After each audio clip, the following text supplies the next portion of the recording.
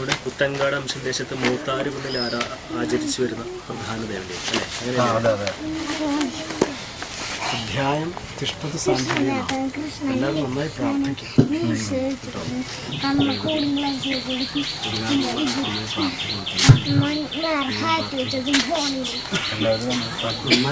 നന്നായി പ്രാർത്ഥിക്കും എല്ലാവരും.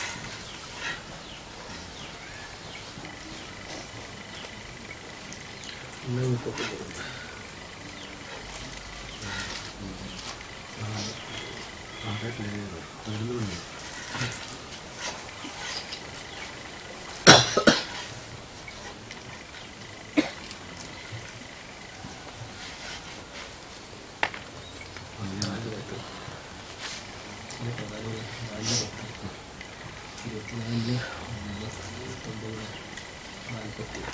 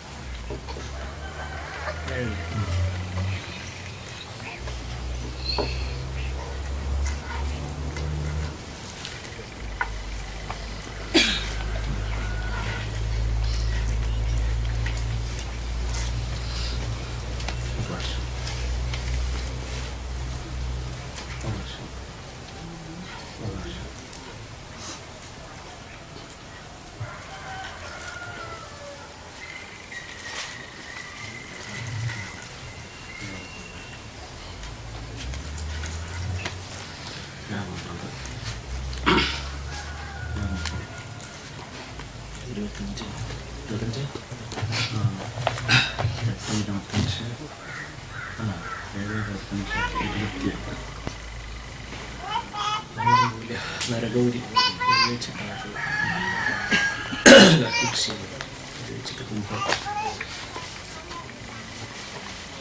കുംഭം ശില്പ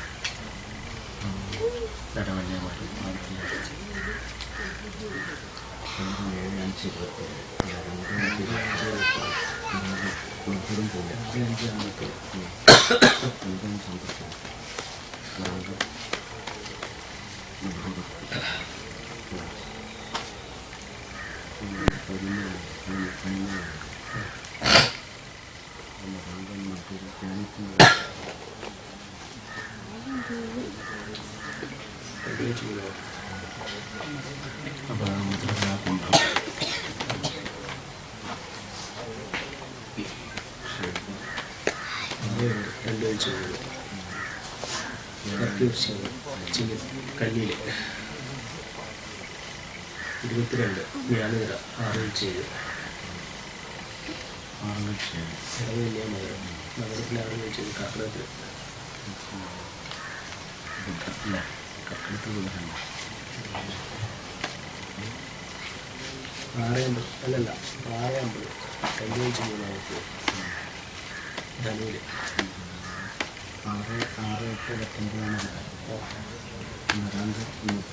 2 വീഴ്ച മൂന്നാമത്തെ തുലാത്തിലാണ് തുലാത്തിൽ 2 വീഴ്ച 3 വ്യാഴം കർക്കിടകത്തിൽ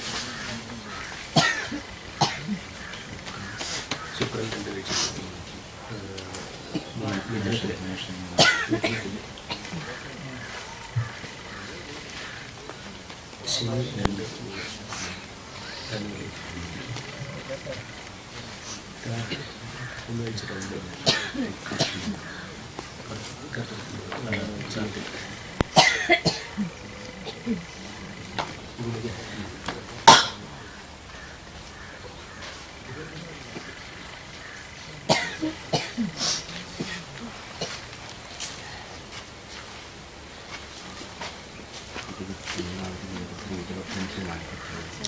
വസ്ത്രങ്ങൾ പറഞ്ഞില്ലേ? വസ്ത്രങ്ങൾ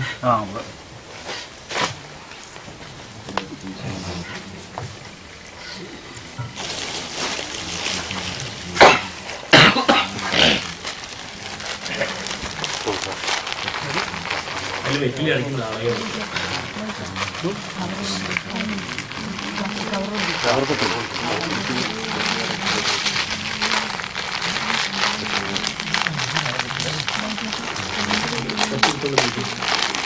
ബാക്കിയുള്ള വ്യക്തി അടക്കിയ നാണയങ്ങളോട് കഴിക്കും. എണ്ണയിൽ വെക്കും.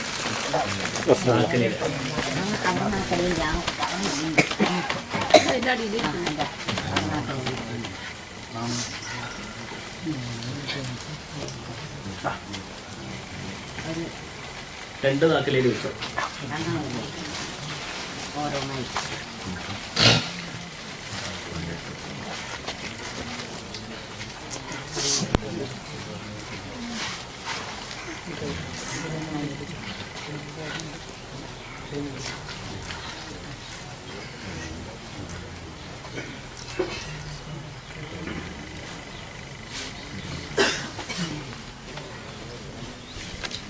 കമ്മിറ്റിയോ പ്രസിഡന്റോ കാരണവരാൾ ആരെങ്കിലും ഉണ്ടോ?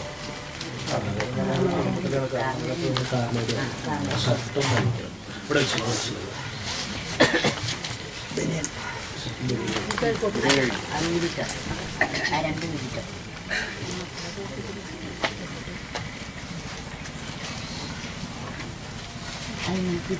ഇവിടെ വെച്ചു.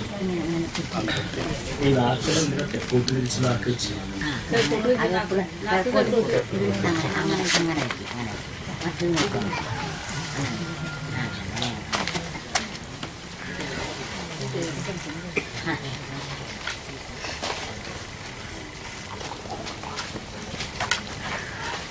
കയ്യും കാലത്തിന് കഴിക്കുക.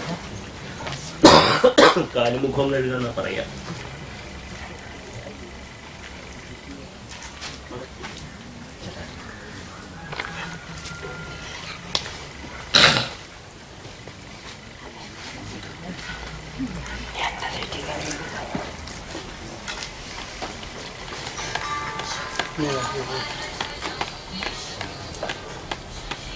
അടയ്ക്ക പറഞ്ഞിട്ടില്ലേ?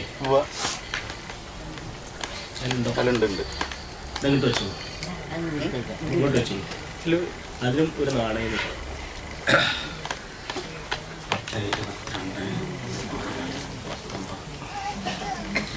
അത് 4 കഴിച്ച് ഇതിനകത്തിൻ്റെ 6 കഴിച്ച് വേണം.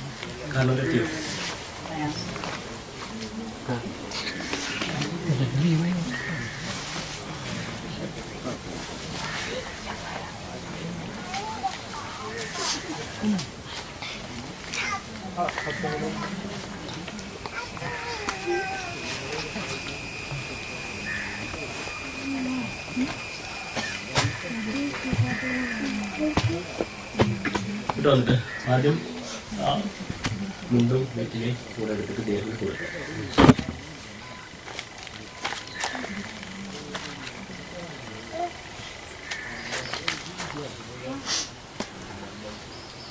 അത് കൂട്ടാൻ പോകും.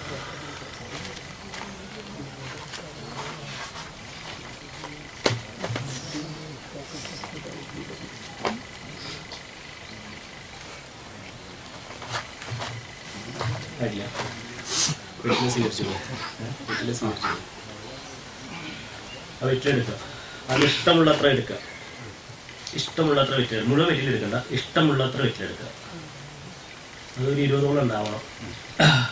അടക്കി നാണയം അത് വയ്ക്കുക. ഇവിടെ ആരാധിക്കുന്ന ദേവനെ, നിങ്ങളെ ഇഷ്ടപ്പെട്ട ദേവനെ, ഈ ദേശത്തിൻ്റെ ദേവനെ എല്ലാം നന്നായിട്ട് പ്രാർത്ഥിക്കുക. ആ വെറ്റിലയിലൂടെ ഈ ദേവന്റെ കാര്യങ്ങളും ഈ നാടിൻ്റെ കാര്യങ്ങളും ഇവിടെയുള്ള ഭക്തജനങ്ങളുടെ കാര്യങ്ങളും എല്ലാം തെളിഞ്ഞു കാണുവാൻ വേണ്ടിയിട്ട്, എല്ലാം അസ്ട്രോളജേഴ്സ് എന്ന് പറഞ്ഞാൽ ഞങ്ങൾക്ക് നിമിത്തങ്ങളാണ്. ഇവിടെയുള്ള ദേവനെ ഞങ്ങളെ കൊണ്ട് പലതും പറയിപ്പിക്കുക. അതുകൊണ്ട് ആ ദേവൻ എല്ലാ കാര്യങ്ങളും ഞങ്ങളിലൂടെ നിങ്ങൾ അറിയാൻ ഇടവരണമെന്ന് പ്രാർത്ഥിച്ചിട്ട് അത് ആചാര്യന് കൊടുക്കുക.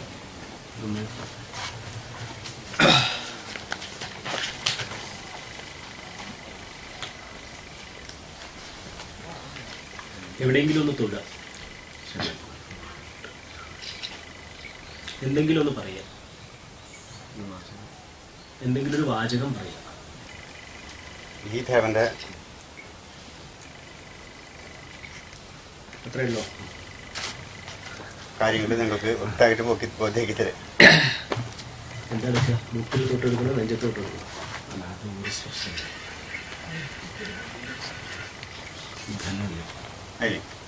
ആ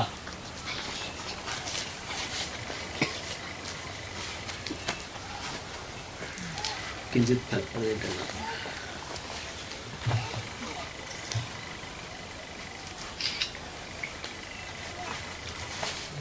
അപ്പോൾ നമ്മളിവിടെ പ്രാർത്ഥിച്ചു വെച്ച രാശി ധനുവാണ്.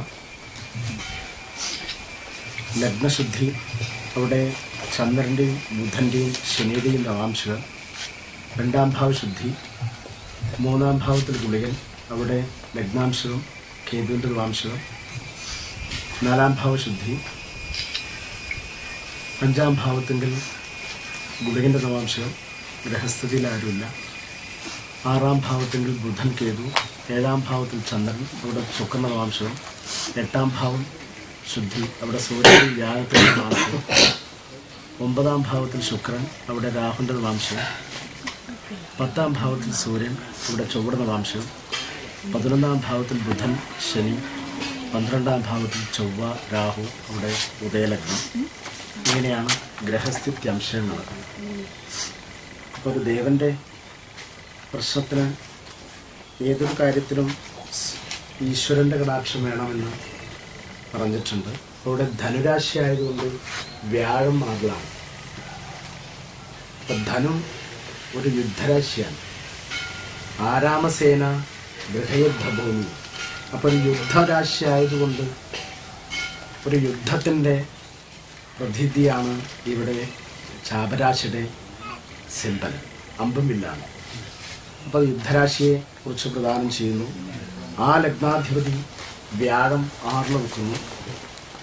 അപ്പോൾ ഹിന്ദു ഗുരുപ്രസാദേന വ്യാഴചന്ദ്രന്മാർ വ്യാഴം 6 ശനി ചന്ദ്രൻ 7.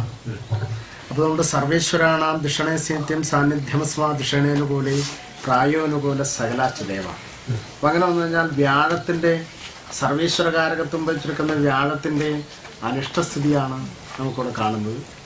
അപ്പോൾ വ്യാഴം അനിഷ്ടസ്ഥിതിയാണെങ്കിൽ അവിടെ സർവ ഈശ്വരാണാം, സർവ ഈശ്വരന്മാരിലും വ്യാഴത്തിനെയാണ് ആചാര്യൻ പറഞ്ഞു വെച്ചത്. സർവവ്യാപനെ വിഷ്ണു, ഈശ്വര ശിവൻ, സ്ത്രീദേവത അല്ലേ. അപ്പോൾ ബ്രഹ്മൻ അതിലെ മഹേശ്വരൻ വിഷ്ണു.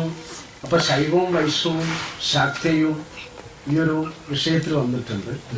അപ്പം അങ്ങനെ വരുമ്പോൾ ഈ വ്യാഴത്തിൻ്റെതായിട്ടുള്ള അവസ്ഥ ആയതുകൊണ്ട് ചില തടസ്സങ്ങൾ വളരെ കാലങ്ങളോളായിട്ട് കിടക്കുന്നതാണ്. അപ്പോൾ വ്യാഴത്തിൻ്റെ അനുകൂലമില്ലാത്തതുകൊണ്ട് ഇവിടെ ദേവൻ്റെ ചില അനിഷ്ടസ്ഥിതിയാണ്. പ്രാഥമികമായിട്ട് ലഗ്നാധിപതി 4ാം ഭാവാധിപതിയായിരിക്കുന്ന വ്യാഴം മറഞ്ഞു. അതെ, അത് നന്നായില്ല. അപ്പൊ എന്തൊക്കെയാണ് തടസ്സങ്ങൾ? അപ്പൊ നമ്മൾ കുറച്ച് ഫലം പറഞ്ഞിട്ടുണ്ടാക്കി, ഇനി ഗണിതക്രിയുണ്ട്. കുറച്ച് ഫലം പറഞ്ഞിട്ട് അവിടെ വ്യാഴം അനുകൂലമല്ലാത്തതുകൊണ്ട് ചില തടസ്സങ്ങളൊക്കെ ഉണ്ടായിട്ടുണ്ട്. ഇവിടെ ഒരു യുദ്ധം നടന്നിട്ടുണ്ട്, ഒരു യുദ്ധത്തിന്റെ അവസ്ഥ ഉണ്ടായിട്ടുണ്ട്, ചില വാഗ്വാദങ്ങളും മറ്റുമൊക്കെ നടന്നിട്ടുണ്ട് എന്നുള്ളത് കാണിച്ചു തരുന്നതാണ് വ്യാഴം. അപ്പോൾ വാക്കിന്റെ കാരകത്വം വ്യാഴത്തിനുണ്ട്. ബൃഹസ്പതി എന്നുള്ളതുകൊണ്ട് വ്യാഴത്തിന്റെ അനിഷ്ടസ്ഥിതി കൊണ്ട് അത് വാചസ്പതിയാണ്. അപ്പൊ അങ്ങനെ കൊണ്ട് ചില വാക്ക് തർക്കങ്ങള് എന്നുള്ളത് കാണിച്ചു തരാനായിക്കൊണ്ടാണല്ലോ പ്രാർത്ഥിച്ചു വെച്ച രാശിയെ ധനുരാശിയായിട്ട് വന്നത്. അപ്പൊ അതുകൊണ്ട് ചില തർക്കങ്ങള് മുതലായിട്ടുള്ള അവസ്ഥ ഈ ക്ഷേത്രത്തിനെ കുറിച്ച് ഉണ്ടായിട്ടുണ്ട് എന്ന് കാണിച്ചു തരുന്ന നിയമമാണ്. അപ്പൊ പ്രാഥമികമായിട്ടൊരു യുദ്ധരാശി വന്നു, ലഗ്നാധിപതിയായ വ്യാഴം മറഞ്ഞു വന്നു. ഇത് രണ്ടും ഒരു പ്രശ്നത്തെ സംബന്ധിച്ച് മോശമാണ് എന്ന് ആദ്യം കാണിക്കുന്നു. പിന്നെ ബാക്കിയുള്ളത് നമുക്ക് കുറച്ച് വിഷമങ്ങൾ കാണുന്നുണ്ട്. അതെന്തൊക്കെയാണെന്ന് നമുക്ക് നിങ്ങൾ തന്ന എട്ടിലേക്കുണ്ടോ മറ്റുള്ള നിമിത്തങ്ങളെ കൊണ്ടൊക്കെ നമുക്ക് പറയാൻ കാര്യങ്ങളുണ്ട് എന്നുള്ളതാണ്. അപ്പോൾ കന്യാകുമാരി മേഡം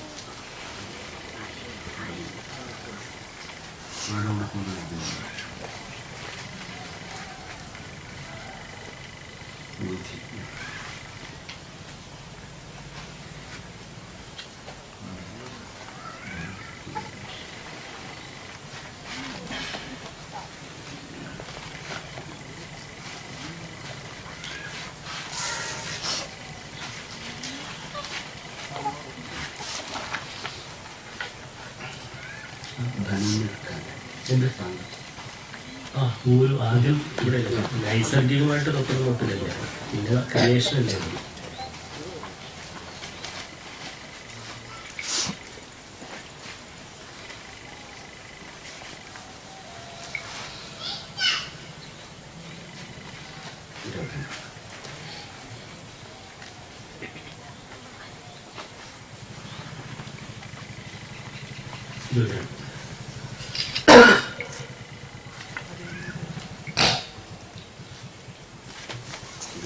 മിനിറ്റില്ല ഒരടയ്ക്കാം.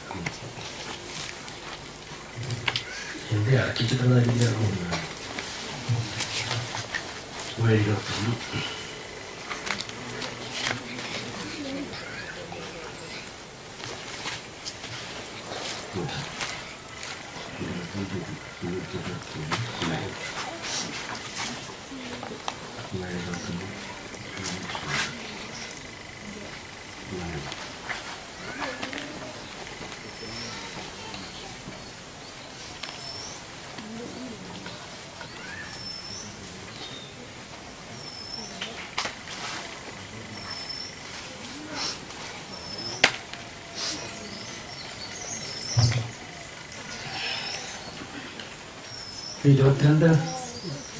ാണ് തന്നത്.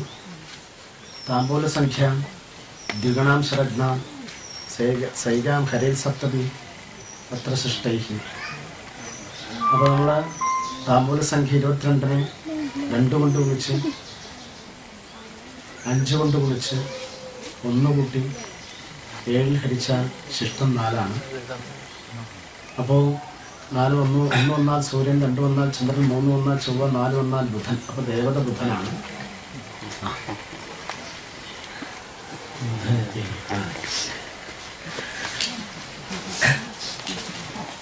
മോക്ഷത്തിന്റെ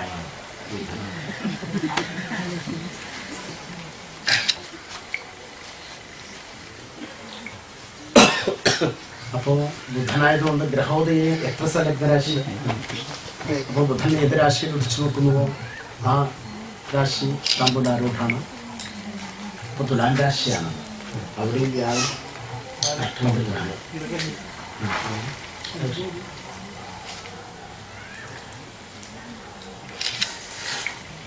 ആരൂഢം കൊണ്ട് 6 വ്യാഴം, ഉദയം കൊണ്ട് 7 വ്യാഴം, ആരൂഢോദയ ലഗ്നാംശ 4 വ്യാഴം, ആരൂഢോദയ ലഗ്നാംശ ഛത്രം കൊണ്ട് 2 വ്യാഴം, ആരൂഢോദയ ലഗ്നാംശ ഛത്ര സ്പഷ്ടാംഗരാശയ അത് 6 വ്യാഴം, ചന്ദ്രാധിഷ്ഠിത രാശിച്ച ചന്ദ്രന്റെ 12-ലാണ്. അപ്പോൾ 1, 2, 3 ഭാഗം കൊണ്ട് 6 ആരൂഢങ്ങളിൽ 3 ഭാഗത്ത് വ്യാഴം അനുകൂലിച്ചും 3 ഭാഗത്ത് വ്യാഴം മറന്നിട്ടാണ് വന്നിരിക്കുന്നത്. അത് ദോഷമാണ്. അതിൽ പ്രധാനപ്പെട്ടതാണ് ആരൂഢമൃതി 6-ൽ വ്യാഴം, താമ്പൂലാരൂഢമൃതി 8-ൽ വ്യാഴം.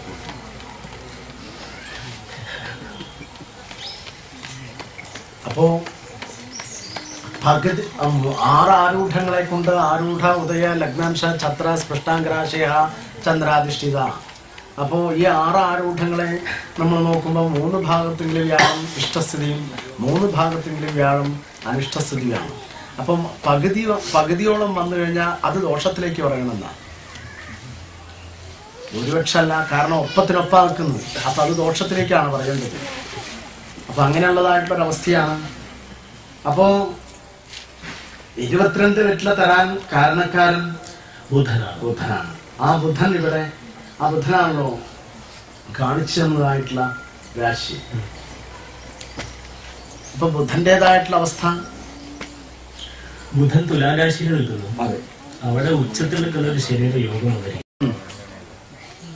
തുലാം എന്ന് പറഞ്ഞാൽ തുലാസാണല്ലോ. അതെ. അപ്പൊ ദേവദ്യ നാമാസൽക്ക്. അപ്പോ 2 നാമങ്ങളോട് കൂടിയ 2 വിഷയങ്ങളോട് കൂടിയ എന്തോ ഒന്ന് ആ ബുധൻ കാണിച്ചു തരുന്നുണ്ട്. അത് തുലാം രാശിയാണ്. 2 തട്ടുകളെ കുറിച്ച് പറയുന്നത്. ഇതിന് തുല്യമായ വേറെ എന്തോ ഒന്നുണ്ട്. ഇവിടെ വരുന്ന സമയത്ത് 2 പീഠമുണ്ട്. ആവശ്യമില്ലാത്തൊരു പീഠമുണ്ട്. 2 എന്നുള്ളതായിട്ടുള്ള അവസ്ഥയാണ്. അവിടെ തുലാരാശിയിലാണ് ആ ബുധൻ നിൽക്കുന്നത്.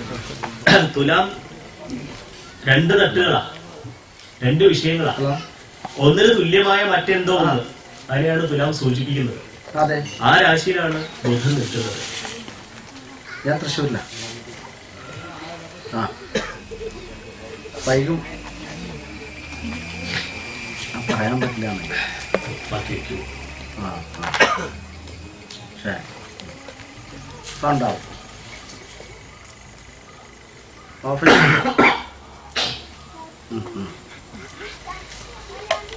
അപ്പോ ദേവദ്യനാമം 2 നാമങ്ങള്, 2 വിഷയങ്ങള്, ഒന്നിനെ പോലെ മറ്റൊന്ന് ചിന്തിക്കേണ്ട ഒരു കാര്യം. ഒരു വിഷയമാണ്. ആ ഒന്നിനെ പോലെ മറ്റൊന്നിന്റെ കുറവുകള് അത് ഇവിടെ ഉണ്ടെന്ന് പ്രാഥമികമായിട്ട് വരുന്നുണ്ട്. ധനതോ ഞാൻ ജീവവും. അതെ, ധനത്തെ ദാനം ചെയ്യും ഞാനും ജീവനം. അപ്പൊ ഇവിടെ ഞാൻ വന്നതുകൊണ്ട് ധനത്തെ ദാനം ചെയ്യാൻ തയ്യാറാണ്. ഒന്നിന് തുല്യമായ മറ്റെന്തോ ഒരു വിഷയത്തെ കുറിച്ച് ഈ പ്രശ്നത്തിലൂടെ നമ്മൾ കണ്ടെത്തേണ്ടതുണ്ട്. അത് തുല്യമാണ്, ഇതിന് തുല്യം തന്നെയാണ് അത് എന്നൊരു വിഷയം ഇവിടെ വരുന്നു. എന്തുകൊണ്ടാണ് വ്യാഴം പറഞ്ഞു വന്നത്? ഈ ആരൂഢം പ്രതിയും സ്പൃഷ്ടാംഗരാശി പ്രകാരവും താമ്പൂലാരൂഢം പ്രതിയും വ്യാഴത്തിന്റെ ശക്തമായൊരു വാങ്ങ്. അത് ഉച്ചത്തിലാണ് ആരൂഢത്തിന്റെ അഷ്ടമത്തിൽ അനുശയിച്ചിരിക്കുന്നത്. അപ്പൊ സ്ഥിതി കൊണ്ടും ഗ്രഹണ അംശകം ബലം അല്ല, അപ്പൊ അംശകം കൊണ്ടും വ്യാഴം മറഞ്ഞിരിക്കുന്നു. അതെന്താ? ആ വ്യാഴം എന്നുള്ളത് ഇവിടെ പ്രധാനമായിട്ട് ഗുരുവാണല്ലോ. അപ്പൊ ഗുരു എന്നുള്ളതായിട്ടുള്ള അവസ്ഥയെ ആ ഗുരു എന്നുള്ളതായിട്ടുള്ള സ്ഥാനത്തെ കാണിച്ചു തരുന്നതായിട്ടുള്ള അവസ്ഥയാണ് ഇവിടെ ധനുരാശി. അതിന്റെ വ്യാഴത്തിന്റെ ക്ഷേത്രത്തിലാണല്ലോ പ്രാർത്ഥിച്ചു വെച്ച രാശി വന്നത്. അപ്പൊ ഗുരുവിന് പ്രധാനമുണ്ട്, ഗുരുവിനെ അറിഞ്ഞിട്ടുണ്ട്. പക്ഷെ ഗുരുവിൻ്റെതായിട്ടുള്ള വളരെയധികം വിഷമസ്ഥിതികൾ ഇവിടെ ഉണ്ടായിട്ടുണ്ട് എന്ന് കാണിച്ചു തരുന്ന, ഒരു കാലത്ത് നന്നായിട്ടുണ്ടായിരുന്നു, മധ്യകാലഘട്ടങ്ങളിലായിട്ട് അത് പിന്നീട് ഇല്ലാതെയായിരുന്നു, പിന്നീട് രണ്ടാമത് 1, 2, 3 പ്രാവശ്യം ചില കർമ്മങ്ങളിലൂടെ ചില മാറ്റങ്ങൾ വരുത്തിയതിൻ്റെതായിട്ടുള്ള കാരണങ്ങളെ കൊണ്ട് ഇവിടെ വ്യാഴം മുറിഞ്ഞു എന്ന്. കാരണം കർമാധിപനാണ് ബുധൻ. ആരൂഢം പ്രതി കർമാധിപത്വം വഹിച്ചിരിക്കുന്ന ബുധൻ അവിടെ താമ്പൂലാരൂഢായിട്ട് വന്ന ചില കർമ്മങ്ങളൊക്കെ ചെയ്ത് ആ കർമ്മങ്ങളിൽ നിന്നുള്ളതായിട്ട് ചില വിഷമതകൾ ഉണ്ടാവാൻ കാരണം ഉണ്ടായിട്ടുണ്ട് എന്ന് കാണിച്ചു തരും. കാരണം പ്രാർത്ഥിച്ചു വെച്ച ധനു ആരൂഢത്തിന്റെ 10ാം ഭാവനാഥൻ ബുധൻ ആരൂഢത്തിന്റെ പരിണതനാണെങ്കിലും പിന്നെ കർമാധിപതി നിൽക്കുന്ന രാശിയുടെ അഷ്ടമത്തിലാണ് വ്യാഴത്തിന്റെ സ്ഥിതി എങ്കിൽ അതിൽ കർമ്മത്തിലുള്ളതായിട്ടുള്ള ചില വിഷമതകൾ വന്നിട്ടുണ്ട് എന്നൊരു സൂചനയാണിത്. എന്താണ് കർമ്മങ്ങൾ എന്നുള്ളതൊക്കെ അങ്ങോട്ട് ചിന്തിക്കാം. ഒരു ഗുരുവിന്റെ അനിഷ്ടമുണ്ട്. ആ ഗുരു അനിഷ്ടത്തിലാവാൻ ഇടയായിരിക്കുന്നത് ആ ഗുരുവിന്റെ അടുത്ത് ചെയ്ത ചില കർമ്മങ്ങളാണ് എന്നൊരു സൂചന ഉണ്ട്. അപ്പൊ കർമ്മത്തിലുള്ളതായിട്ടുള്ള ചില വിഷമതകളില് ഗുരുവിന് അനിഷ്ടസ്ഥിതി വന്നു. ആ ഗുരുവിന് അനിഷ്ടസ്ഥിതി വന്നത് അതാണ് ഇവിടെ വ്യാഴം അനിഷ്ടസ്ഥിതിയിൽ വരാനുള്ള കാരണമെന്ന് പൂർണ്ണമായിട്ടുള്ള ലക്ഷണമാണ്. അതാണല്ലോ ആരൂഢം കൊണ്ട് ദുസ്തേ ലഗ്നപദോ നിരോധനമുപൈത്യ അജ്ഞാതവാസം ഭയം വ്യാധ്യാദീനതര ക്രിയാഭിഗമനം സ്ഥാനച്യുതി ആപദം. അപ്പോ നിരോധനം, ദുസ്തേ ലഗ്നപദോ നിരോധനം ഉണ്ടായിട്ടുണ്ട്. നിരോധന മുപൈത്യ അജ്ഞാതവാസം ഭയം, കുറച്ച് ആൾക്കാർക്ക് അവിടെ നിന്ന് വിട്ടുപോയിട്ടുണ്ട്. നിരോധന മുപൈദ്യന് വേണ്ടപ്പെട്ടതായിട്ടുള്ള ആൾക്കാരൊക്കെ വിട്ടുപോയിട്ടുണ്ട്. ഇതിലേക്ക് പങ്കെടുക്കാതിരിക്കുന്നതായിട്ടുള്ള ആൾക്കാരുണ്ട്. നിരോധനം ഉപയോഗിച്ച് അജ്ഞാതവാസം ഭയം വ്യാധ്യാദീനിതര ക്രിയാഭിഗമനം, വ്യാധികള്, മറ്റുള്ളതായിട്ടുള്ള അനിഷ്ട സംഭവങ്ങള് ഇതെല്ലാം ഉണ്ടായിട്ടുണ്ട്. വ്യാധ്യാദീനിതര ക്രിയാഭിഗമനം സ്ഥാനച്യുതി ചാപദം. അപ്പോ സ്ഥാനത്തിന് ച്യുതി, നാശങ്ങൾ സംഭവിച്ചിട്ടുണ്ട്. ആപത്തുകളും സൂചനയുണ്ട് എന്നുള്ളതല്ലേ കാണിക്കുന്നു. അപ്പൊ ചില നിരോധനങ്ങൾ ഏർപ്പെടുത്തുന്നുണ്ടായിട്ടുണ്ട്. വ്യാഴം എന്നുള്ളത് അവിടെ ശോഭിക്കുന്ന സാധനല്ലേ. അപ്പൊ ട്രാൻസ്ഫോമറാണ്. അതിലേക്ക് മറ്റുള്ളതായിട്ടുള്ള അവസ്ഥയിലേക്ക് കിട്ടുന്നതായിട്ടുള്ള വെളിച്ചത്തെ അവിടെ ബ്ലോക്ക് ആവുന്നു എന്നുള്ളതായിട്ടുള്ള സ്ഥിതിയാണല്ലോ അഷ്ടമത്തിൽ വ്യാഴം, അല്ല 6 വ്യാഴം. അപ്പോ അങ്ങനെ വരുമ്പോ ചില അനിഷ്ടസ്ഥിതികൾ ഇവിടെ ഈ വ്യാഴത്തിന്, അതായത് ഗുരുവിന് പിന്നെ ഇഷ്ടമല്ലാത്തതായിട്ടുള്ള ചില കാര്യങ്ങളൊക്കെ ഇവിടെ നടന്നിട്ടുണ്ട് എന്ന് കാണിച്ചു. അതാണ് വ്യാഴത്തിന്റെ അനിഷ്ടസ്ഥിതി പൂർണ്ണമായിട്ട് വന്നത്. അങ്ങനെ മാത്രം മതി. ഇത് സൂചനയാണ്. താമ്പൂല ആരൂഢം പ്രതിയും അഷ്ടമത്തിലാണ്. അപ്പൊ 2 നിയമത്തിലും വ്യാഴത്തിന്റെ അനിഷ്ടസ്ഥിതി വന്നെങ്കിൽ അത് ഗുരു പ്രധാനമല്ലേ. ഇപ്പൊ ഗുരുവാണ് പ്രധാനമെങ്കിൽ അതിനോടനുബന്ധമായിട്ട് ഇവിടെ ലഗ്നാധിപതി താമ്പൂലാരൂഢം പ്രതി ലഗ്നാധിപതിയും ആ ശുക്രന്റെ 11-ലുള്ളതായിട്ടുള്ള സ്ഥിതി. അപ്പൊ ഒരു ഭഗവതയുടേതായിട്ടുള്ള ഒരവസ്ഥയും ഇവിടെ കാണുന്നുണ്ട്. ലഗ്നാധിപതി ശുക്രൻ, ഭഗവതി ദൈത്യോ ഗണനായകോ ഭഗവതി എന്ന് പറയുന്ന സമയത്ത് ശുക്രന്റേതായിട്ടുള്ള നിയമം 9-ാം ഭാവത്തിൽ ചന്ദ്രൻ, ഉപാസന സ്ഥാനത്തിൽ ചന്ദ്രൻ, ആ ഉപാസന സ്ഥാനാധിപതി ആ ചന്ദ്രന്റെ ആശ്രയവതിയാണ് ബുധൻ. ആ ബുധനാണ് ഇവിടെ താമ്പൂല ഗ്രഹമായിട്ട് വന്നത്. അപ്പോ 9-ാം ഭാവത്തിൽ നിൽക്കുന്ന ചന്ദ്രനും 11-ാം ഭാവത്തിൽ നിൽക്കുന്ന ശുക്രനും. അപ്പൊ 9-ാം ഭാവത്തിൽ നിൽക്കുന്ന ചന്ദ്രൻ ഈ ഗുരു മാത്രമല്ല ഉള്ളൂ, ഇതിനോടനുബന്ധമായിട്ട് ഒരു ഭഗവതയുടേതായിട്ടുള്ള സൂചനയും ഇതിലുണ്ട്. 9-ൽ ചന്ദ്രനാണ്. അപ്പോ ഗുരു അനിഷ്ടസ്ഥിതിയിലുള്ള ഉണ്ടാവാനുള്ളതായിട്ടുള്ള കാരണം കർമ്മത്തിലുള്ളതായിട്ടുള്ള ചില അപാകതകൾ ഉണ്ട് എന്ന് കാണിച്ചു. രണ്ടവസ്ഥ എന്നുണ്ട്. രാജസന്നിധി നിവാസശീല, യുദ്ധോത്സുക, സമരോത്സാഹി. അങ്ങനെ വരുമ്പോ യുദ്ധവും രാജസന്നിധി നിവാസശീലനുമായിരിക്കുന്ന ഒരു രാശി ആരൂഢം വരുമ്പോൾ ഈ ദേവതയുമായി ബന്ധപ്പെട്ട് രാജബന്ധങ്ങൾ പൂർവികമായിട്ട് എന്തെങ്കിലും ഉണ്ടായിരുന്നോ? ഏതെങ്കിലും രാജബന്ധങ്ങളുമായി ബന്ധപ്പെട്ടതാണോ ഈ ഭൂമി? ഈ ഊരാളന്മാർക്ക് എന്തെങ്കിലും രാജബന്ധങ്ങൾ ഉണ്ടായിരുന്നോ? ഈ രാജബന്ധം ഇന്ന് ഒരു രാജസന്നിധി നിവാസശീലനായിരിക്കുന്ന ഒരു രാശി ആരൂഢം വരുമ്പോ എങ്ങനെയാണ് ഈ ഗുരുവിന്റെ ആവിർഭാവം?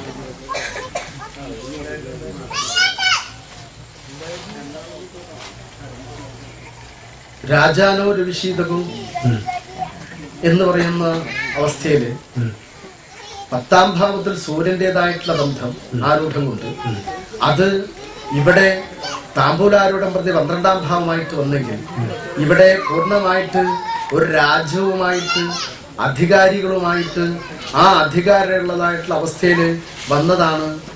ഈ ഭൂമി എന്നുള്ളതായിട്ടുള്ള ഭൂമി കാരകത്വം വച്ചിരിക്കുന്ന ബുധനുണ്ട്.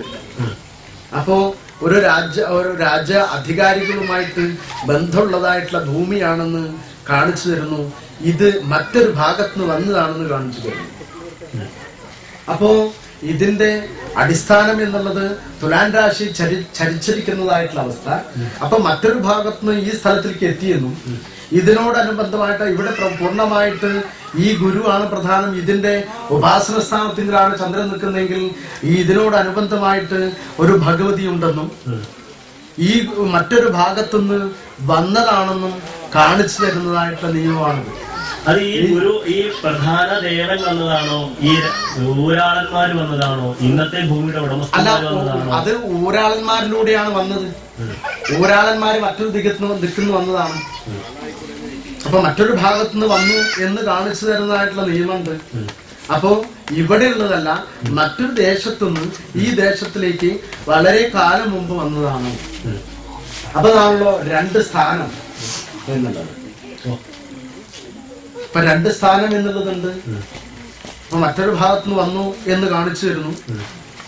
അങ്ങനെയാണ് ഇതിന്റെ. അപ്പൊ അതിലൂടെയാണ് ഈ ഗുരു. അപ്പൊ ഇതിന്റെ പൂർണ്ണമായിട്ട് ഒരു ഗുരുകാരനവര് എന്നുള്ളതായിട്ടുള്ള മുത്തപ്പൻ മുതലായിട്ടുള്ള അവസ്ഥ അവിടുന്നാണ് ഇങ്ങോട്ട് കൊണ്ടുവന്നത്. അപ്പൊ മറ്റൊരു ഭാഗത്ത് ഇതിന്റെ അവസ്ഥയുണ്ട് എന്ന് കാണിക്കുന്നത്. മറ്റൊരിടത്തു നിന്ന് വന്നതിന്റെ സൂചനകളുണ്ട്. ഒരു രാജഭരണവുമായി ബന്ധപ്പെട്ടിട്ടാണ് ഇവിടെ എത്തിയത്. അപ്പൊ രാജഭരണവുമായിട്ട് ബന്ധ കൃഷിനാശോള ഇള എന്ന് പറഞ്ഞു. അവിടെ ഭൂമിയുടെ പ്രധാനം പറയുന്നു. അപ്പൊ ഇവിടെയും ഭൂമികാരകത്വം വെച്ചിരിക്കുന്ന ബുധന്റേതായിട്ടുള്ള ബന്ധമുണ്ട്. അപ്പൊ ഒരു ഭൂമിയുമായിട്ട് ബന്ധപ്പെട്ടിട്ടാണ് ഇങ്ങോട്ട് പോകുന്നത്. അപ്പോ ആ ഭൂമിയുടെ കാവലാളന്മാരായിട്ടോ കാവൽക്കാരായിട്ടോ ആണ് ഇവിടെ കൊണ്ടുവന്നത്.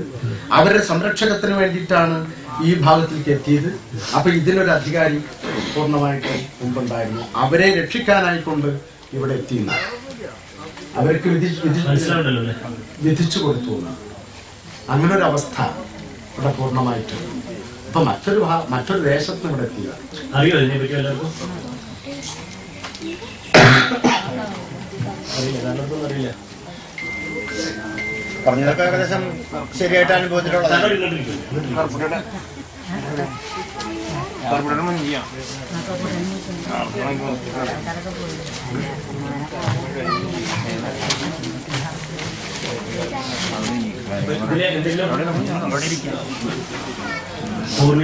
രാജകുടുംബത്തിൽ നിന്ന് വന്നത് തന്നെയാണ്. രാജകാരാണ് ഇവിടെ ഈ ഭൂമിയൊക്കെ അവരുടെ തന്നെയാണ്.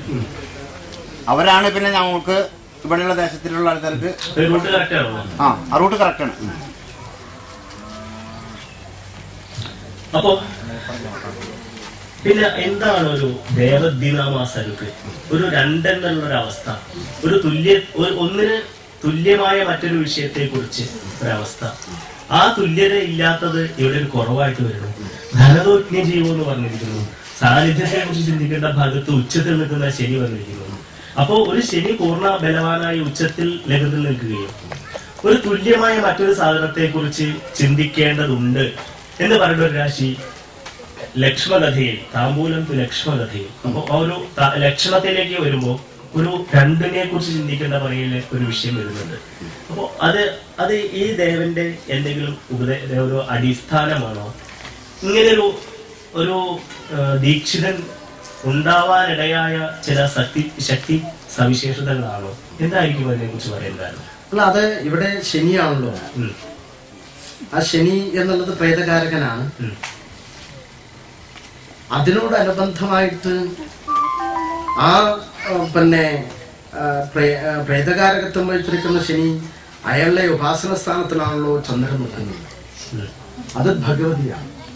അതോടെയാണ് 2 എന്നുള്ളതായിട്ടുള്ള നിയമം. പ്രേതം മാത്രല്ല, ഇതിനോടുകൂടെ ബന്ധപ്പെട്ടതായിട്ടുള്ള ദുർഗാശീതകരോ ബലി സവിബലക്കാളി എന്നുള്ളതായിട്ടുള്ള അവസ്ഥ. അപ്പൊ ഒരു ദുർഗാശീതകരോ ബലി സവിബലക്കാളി എന്ന് പറയുന്നതായിട്ടുള്ള ഒരു ഭഗവതിയുടേതായിട്ടുള്ള ഒരു ബന്ധം ഈ പ്രേതത്തിനോട് കൂടെ ബന്ധപ്പെട്ട് കാണുന്നു. ആ പ്രേതത്തിന്റെ ഉപാസന സ്ഥാനത്തിലാണ് ആ ചന്ദ്രൻ നിൽക്കുന്നത്. അപ്പോ ഇവിടെ വരുന്ന സമയത്ത് ജ്യോത്സ്യന്മാർ ഇവിടെ വരുന്ന സമയത്ത് 2 പീഠമുണ്ട്. അപ്പൊ രണ്ട് വിഷയങ്ങളാണുള്ളത്. ഒന്ന് പ്രേതമാണെങ്കിൽ മറ്റൊന്ന് ഭഗവതിയാണ്. ഭഗവതി ഇപ്പൊ ഉപയോഗശൂന്യമാണ്. അതെ, ഭഗവതി ഇവര് അതായത് ഒരു കാലത്ത് പിന്നെ നമ്മള് ചൊവ്വയും ശനിയും കൂടി ഒരുമിച്ച് നിൽക്കുന്ന കാലഘട്ടങ്ങൾ അവിടെ ഒരു യുദ്ധമാണ്. സംഗ്രാമേ ലഭ്യവിജയോഹോ ജനനീ ദേശീയോഹോ ഭവേൽ പുരുഷ. അപ്പോ സംഗ്രാമേ ലഭ്യവിജയോഹോ അങ്ങനെയുള്ളതായിട്ടുള്ള ഒരു അമ്മയുടെ ഇഷ്ടമറിയാതെ തമ്മിൽ യുദ്ധമുണ്ടായി എന്നും ആ യുദ്ധത്തിൽ തൽക്കാലം ജയിച്ചു എന്നും പിന്നീട് ആ അമ്മ തന്നെയാണ് ഇവിടെ ക്ഷയമുണ്ടാക്കി എന്ന് പറയുന്നതായിട്ടുള്ള നിയമമാണ്. അപ്പോ ഗുരു എന്നുള്ളത് പ്രധാനമാണെങ്കിൽ ഇവിടെ അതിനോടുകൂടെ ഭഗവതിക്ക് പ്രാധാന്യമുണ്ട്. ആ ജനനിയെ പൂർണ്ണമായിട്ട് അറിഞ്ഞില്ല എന്നാണ്. അപ്പൊ ഗുരു പ്രധാനമായിട്ട് നിൽക്കുന്നു, അതിനോടുകൂടെ ഈ ഭഗവതി. അപ്പൊ ഭഗവതി പ്രധാനം, അതാണ് രണ്ട് പീഠമായിട്ട്. അപ്പൊ ഒരു ഭഗവതി അത് ഉപാസന സ്ഥാനത്തിന്റെ ആചന്ദ്രൻ. അപ്പൊ അങ്ങനെ വന്നാൽ ഭഗവതിക്കും ഇവിടെ പ്രധാനമുണ്ട് എന്ന് കാണിക്കുന്നു. അപ്പൊ പ്രേതകാരകനാണ് ശനി എങ്കിൽ അതിന്റെ ഉപാസന സ്ഥാനത്തിൽ ചന്ദ്രൻ നിന്നാൽ അത് ഭഗവതി. അപ്പൊ രണ്ട് അവസ്ഥയാണ് ഭഗവതിയും പ്രേതവും. പിന്നെ ഇനി അത് അങ്ങോട്ട് ഇനി എന്തൊക്കെയാണെന്ന് അങ്ങോട്ട് ചിന്തിക്കണം. അപ്പോ രണ്ടവസ്ഥ, അവിടെ രണ്ട് ഗ്രഹങ്ങൾ നിൽക്കുന്നു. ബുധനും ശനിയും ഒരു ഭാഗം, അതിന്റെ അവസ്ഥയിൽ തന്നെയാണ് ചന്ദ്രൻ. ചന്ദ്രന് തുല്യമായിട്ടുള്ള അവസ്ഥയുണ്ട്. അപ്പോ അങ്ങനെയുള്ളതായിട്ടുള്ള അവസ്ഥയില് അതാണ് ഇവിടെ രണ്ട് ദേവത എന്ന് കാണിച്ചു തരുന്നു.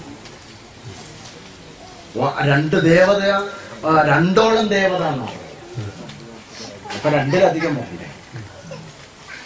അപ്പൊ അങ്ങനെയുള്ളതായിട്ടുള്ള ചില വിഷയങ്ങളെ കാണിച്ചു തരുന്നു. ഇത് നമുക്ക് ഇപ്പോഴത്തെ അവസ്ഥയിലേക്ക്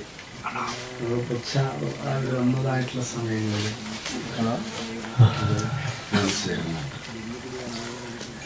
ഒരു പ്രശ്നം തുടങ്ങുന്നത് വൃശ്ചികമാണല്ലോ. നമ്മൾക്കിപ്പോ മൊബൈലൊന്ന് ഓഫ് ചെയ്ത് വെക്കണേ, ശ്രദ്ധ തിരിയോ. അപ്പൊ ഒരു പ്രശ്നം തുടങ്ങുന്നത് ജ്യോത്സ്യന്റെ അടുത്ത് വന്ന് ഈ ക്ഷേത്രത്തിന്റെ നടത്തിപ്പുകാര് ക്ഷണിക്കുമ്പോഴാണ്. അതിനെ പൃച്ഛ എന്നാ പറയുക. അതാണ് അതിന്റെ ബീജം. എന്നായിരുന്നു ഇവരുടെ പൃച്ഛ? എത്ര പേരാ വന്നത്? എന്താ അവസ്ഥ? 88 കന്നിമാസം 7-ാം തീയതി 2012 സെപ്റ്റംബർ 23 ഞായറാഴ്ച പകൽ 12:45 മൂലനക്ഷത്രത്തിൽ മൂത്താർ ക്ഷേത്രത്തിൽ താമ്പൂർ പ്രശ്നം ക്ഷണിക്കാൻ 4 ആൾക്കാരുണ്ട്. പൃച്ഛ പുത്തൻകാട് മൂത്താർ ക്ഷേത്രത്തിന്റെ ദോഷങ്ങളെ കുറിച്ച് അറിയാം. അപ്പൊ 4 ആൾക്കാരാണ് വന്നത്.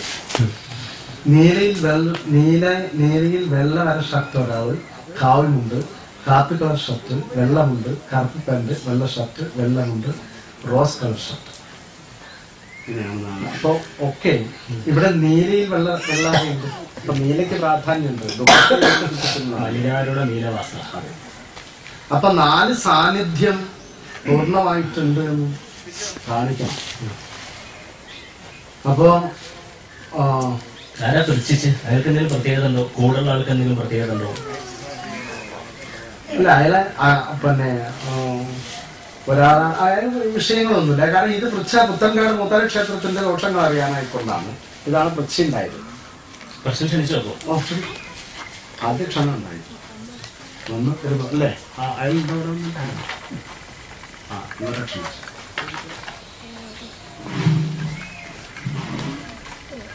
അപ്പോ ഞായറാഴ്ച ദിവസമാണ്.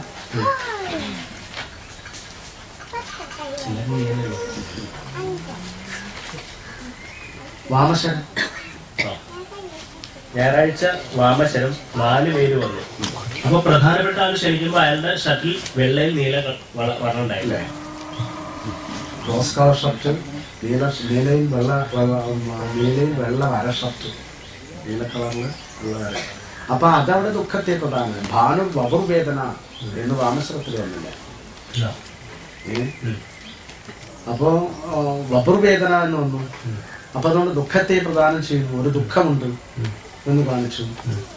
ഉദയാരൂഢം ഇവിടെ ധനുവാണ് വന്നത്, അവിടെയും ധനുവാണ് വന്നത്. അപ്പോ അങ്ങനെ വരുന്ന സമയത്ത് ഇവിടെ അവിടെ ഒരു യുദ്ധരാശിയാണ്. അപ്പോ ഇങ്ങനെയുള്ളതായിട്ടുള്ള ഒരു അവസ്ഥയിലാണ് ക്ഷണം ഉണ്ടായത്. 12:45 എപ്പോഴാ ക്ഷണിക്കേണ്ടത്? അവിടെ 10 നാഴിക സമയം എന്നാണല്ലോ. അപ്പൊ 10 നാഴിക സമയം വേണം. ഇത് 10 നാഴിക കഴിഞ്ഞു, പ്രശ്നം നടത്തേണ്ട സമയം കഴിഞ്ഞു, കാലം ശരിയല്ല, അകാലത്താണ്.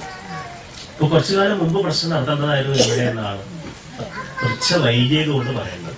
6 നാഴിക ആണ് പ്രധാനം, 10 നാഴിക വരെ ആവാം പ്രശ്നം ക്ഷണിക്കേണ്ടത്. ഇതിപ്പോ 12 അതെ, പ്രാതരുപ്യത്തിൽ 15 നാഴിക 10 വിനാഴിക ആയിട്ടുണ്ട്. അപ്പൊ അതുകൊണ്ട് സമയം വഴുകി, ഇത് കുറച്ച് മുമ്പേ നോക്കേണ്ടതായിരുന്നു എന്ന് കാണിച്ചു തരുന്നു.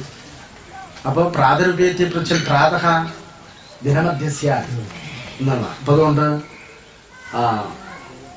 സമയങ്ങള് വഴുകിപ്പോയി, അതിന്റെ ചില വിഷമതകൾ ഇവിടെയുള്ള ഞായറാഴ്ച വാമചരം വന്നതോട് വപുർവേദനയെ കുറിച്ച് പറഞ്ഞു. അപ്പൊ ഒരു പ്രശ്നത്തിന്റെ തുടക്കത്തിൽ തന്നെ വരികയാണ് ഒരു വപുർവേദന, വപുർവേദന. ആ വപുവിന്റെ വേദന എന്ന് പറഞ്ഞാൽ ശരീരത്തിന്റെ വേദനയാണ്. അത് ഈ ദേവന്റെ ബിംബവുമായി ബന്ധപ്പെട്ട് ചിന്തിക്കുന്ന വിഷയമാണോ, അല്ലെങ്കിൽ പ്രശ്നം ക്ഷണിക്കാമെന്നവരുടെ അല്ലെങ്കിൽ തറവാട്ടുകാരുടെയോ ശരീരവേദനയാണോ? എന്താണ് ആ വപുർവേദന? അല്ല, അത് 2 വിഷയത്തിലേക്കും ഘടിപ്പിക്കേണ്ടതാണ്. കാരണം എന്ന് വെച്ച് കഴിഞ്ഞാൽ ദേവന്റെ ഉപാധി അല്ലെങ്കിൽ ബിംബം എന്നുള്ള വിഷയത്തിലേക്കും അതിനോടനുബന്ധമായിട്ട് അതിന്റെ ഊരാളന്മാരില്, അതേമാതിരി ഇതിന്റെ നടത്തിപ്പുകാരില്, ഇതിന്റെ കമ്മിറ്റിക്കാർക്ക് മറ്റുള്ളതായിട്ടുള്ള വിഷമതകള് ഇവിടെ ഉണ്ടായിട്ടുണ്ട് എന്ന് 2 ഭാഗത്തിലേക്കും ജീവാമ എന്ന് പറയുന്നതുകൊണ്ട് 2 പേർക്ക് അത് പൂർണ്ണമായിട്ടുള്ള അതിന്റെ അനിഷ്ടസ്ഥിതി ഉണ്ടായിട്ടുണ്ട്. അപ്പൊ ദേവകലയിലേക്ക് അല്ലെങ്കിൽ അതിൻ്റെതായിട്ടുള്ള ബിംബ ഉപാധിയിലേക്ക് ചില വൈകല്യങ്ങളെ കാണിച്ചു വരുന്നു വപുർവേദന. അതിനോടനുബന്ധമായിട്ട് ഊരാളന്മാർക്ക് അതിന്റെ ദോഷങ്ങളും കണ്ടിട്ടുണ്ട്.